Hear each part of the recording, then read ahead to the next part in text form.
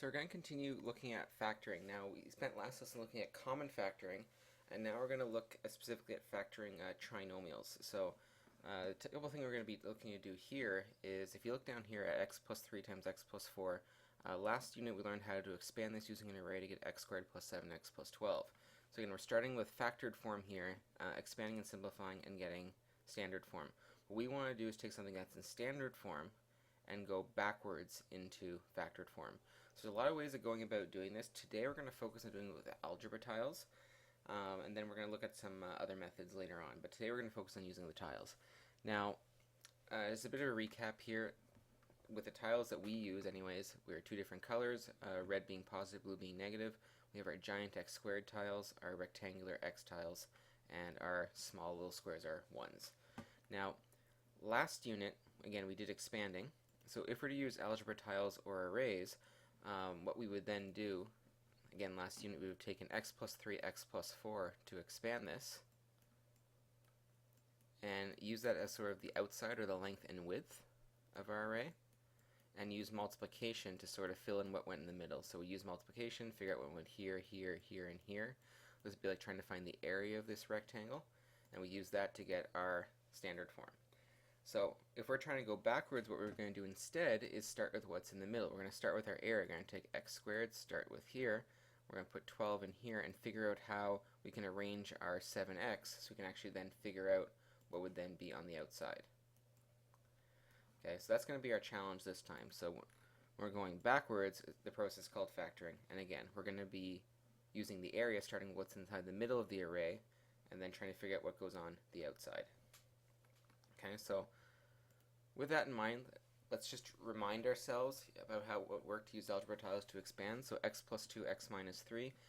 If you have a tray of algebra tiles in front of you, that'd be ideal. If you're working from home, you don't have algebra tiles, you can try use this website right here. Okay, once you're on this website, there's a manipulative section that you can choose algebra tiles, and the colors are different than what we use, and you'll see they have red being negative, blue being positive. They use green and yellow for the x's and ones, but you could still use this to do your multiplication and your factoring, so just keep that in mind. It is a possibility. Okay, so using the tiles we have, we're going to try x plus 2. Okay, so again, just to remind ourselves here, this is us having an x and a plus 2. And we're going to take x minus 3, put it on the side.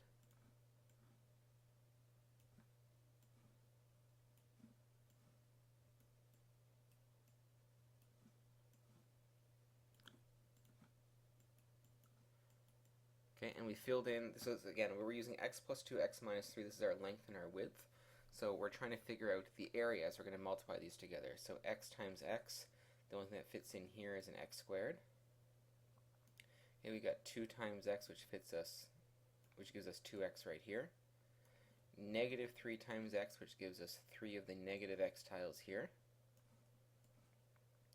Okay, and minus 3 times 2, which gives me minus 6.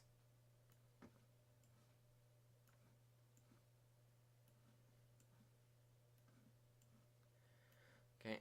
So again, we've multiplied this as our area that we want in the middle. So this gives us x squared here, 2x, negative 3x, and minus 6. So putting all that together, we have x squared, 2x minus 3x is minus 1x, and minus 6. So that's our area of our middle right here, and that gives us our expanded form. Okay, and if we want to use an array, again, what we would have done, we would have had x plus 2, just putting this in an array, x minus 3, and again, everything that we did up there with the algebra tiles, we then have in an array instead. Okay, so one thing I want you to notice here when we're doing this, it's almost like we have 4 different sections of algebra tiles here. We have our x squared section right here. We have our one section down here in the bottom right, sort of off the corner. Then we have 2 sections with x tiles. We've got one of them here and one of them here.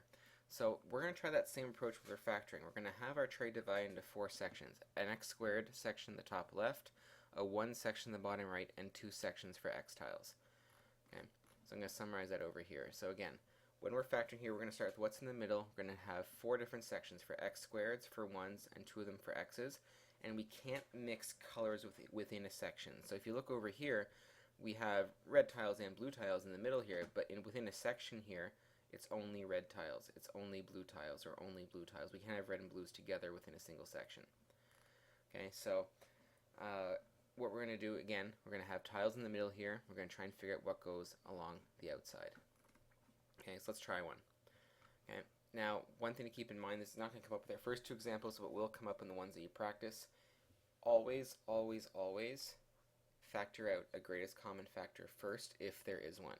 Okay, it will not only does it make your life a lot easier when you're factoring to have that greatest common factor taken out, but if you want to get the equation fully factored, you need to have that factor taken out in order to get full marks. So that's going to be important. I'll show you an example of that coming up later. And also I want to point out that even if there doesn't seem like there's any common factors, but the leading term is negative, you want to take out a greatest common factor of -1. So again, I'll show you one of those later. But for now, let's take a look at one using algebra tiles. So we're going to start with x squared plus 6x plus 8. And remember, this is what's going to go in the middle of our tray. And we're going to try and figure out what's going to go on the outside. So think about the 4 sections. I'm going to take my x squared tiles, so the one of them here, and put it in the top left. So that gives me my x squared. Okay, and I'm going to take my positive 8 and put that in the bottom right section. Now keep in mind here that I want to create a rectangle out of this. So when I arrange these 8 tiles, I have to make sure I arrange them in a rectangle. So for example, I could not arrange my 8 tiles like this because there's nothing to do with x tiles to complete a rectangle. There'd be this little gap here. So if I want to create a rectangle here, I could either have 8 in a row, like so, or I could try 4 by 2. So let's stick with 4 by 2 for now. So again, here's my x squared in the top left section of my array, and here I'm going to have positive 8. So now at my disposal I have 6 x tiles. That's what I have in my equation. So I got to figure out, and you're going to figure out as well with the tiles in front of you, well, if I only have 6 x tiles at my disposal, how can I arrange these so that I am actually going to be able to complete a rectangle? So you might be able to see if I have 6 of them, that my best course of action is to put 4 of them up here.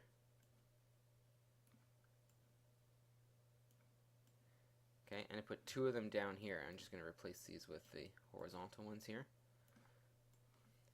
Oops.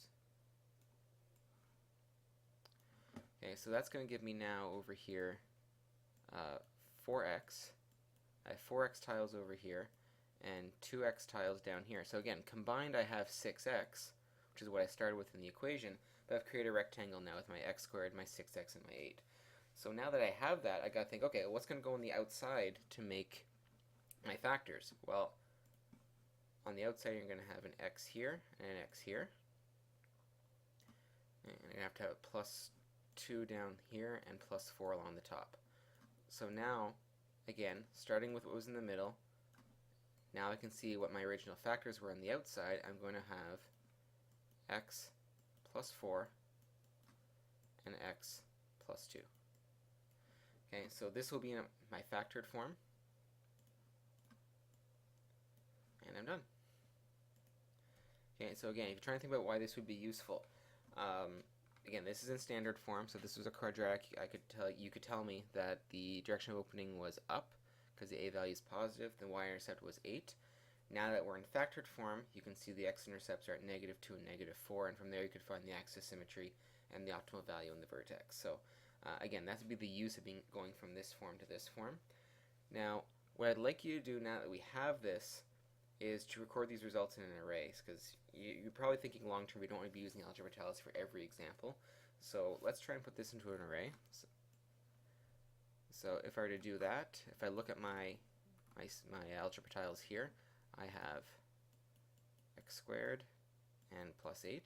So I started with that, and then I figured out that I could arrange my x's having 4 of them here and 2 of them here to get my factored form. So I have x plus 4 and x plus 2.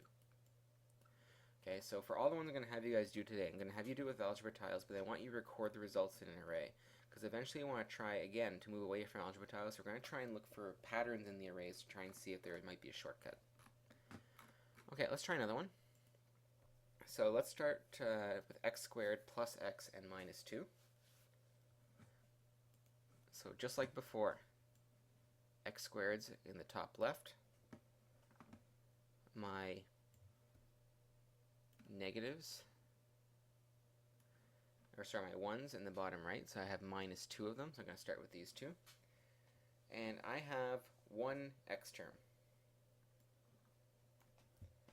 Now, you might be thinking, okay, how on earth am I going to create a rectangle out of this? Because there's clearly spots for 3 different rectangles in here, but I only have one.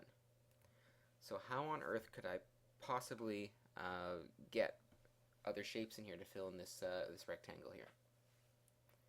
So one way, if you wanted to sort of add in additional rectangles, you're allowed to do that as long as you do them in what we call 0 pairs. So let's say I want to bring in another positive x here.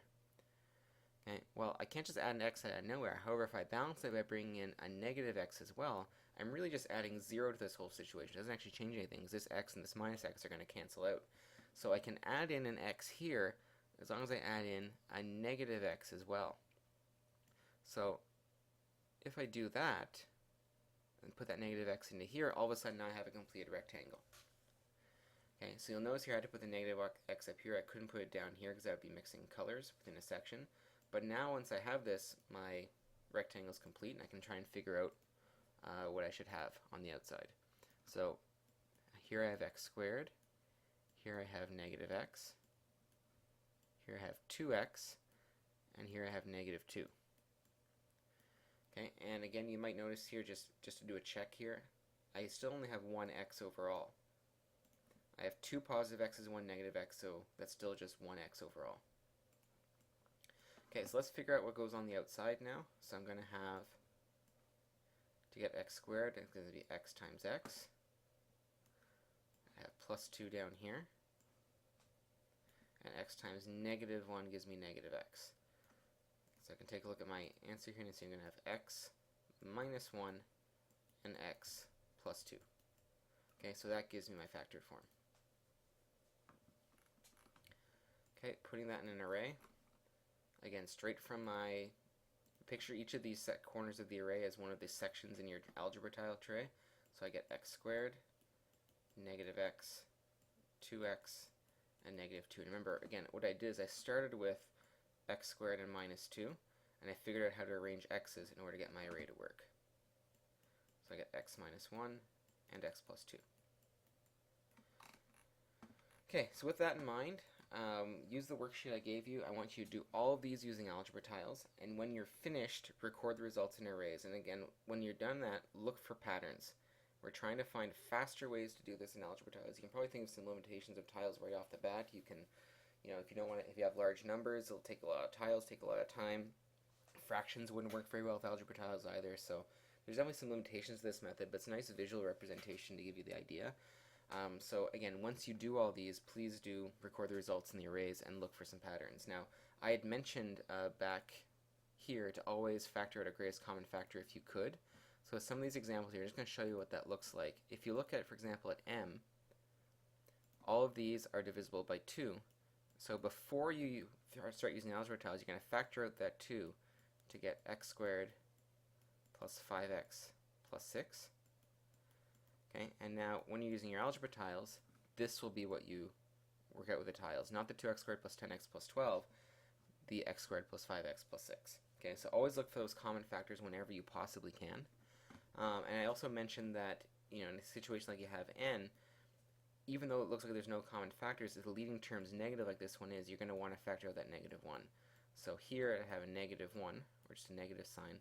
I'd be left with x squared minus 6x, notice that the sign changes, and plus 8, again, notice the sign change. And again, this is going to be what you throw into your array with the algebra tiles, not the one with the negative x squared, just to make your life a lot easier.